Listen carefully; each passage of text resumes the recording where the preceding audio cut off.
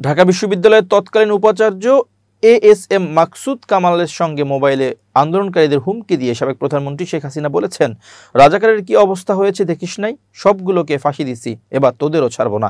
গত বছরের 14 জুলাই রাতে গণ অভ্যুত্থানের মুখে বিদেশে পালিয়ে যাওয়া শেখ হাসিনা এসব কথা বলেন। এসব কথা বলে জানান সোমবার ট্রাইব্যুনাল চানখারপুল গণহত্যা মামলায় সূচনা বক্তব্যে chief prosecutor Mohammad Tajul Islam. Tribunal 1 এর চেয়ারম্যান বিচারপতি মোহাম্মদ গোলাম মর্তুজা মজুমদারের নেতৃত্বাধীন 3 সদস্যের বিচারিক প্যানেলে এই মামলার সূচনা বক্তব্য উপস্থাপন সহ সাক্ষ্য গ্রহণ শুরু হয়। ট্রাইব্যুনালের বাকি সদস্যরা হলেন বিচারপতি মোহাম্মদ শফিউল আলম মাহমুদ ও বিচারক মোহাম্মদ মহিতুল হক এনাম চৌধুরী। আন্তর্জাতিক অপরাধ ট্রাইব্যুনালে শেখ হাসিনা ও ঢাবির সাবেক ভিসির ফোনালাপ জমা দিয়েছে প্রসিকিউশন।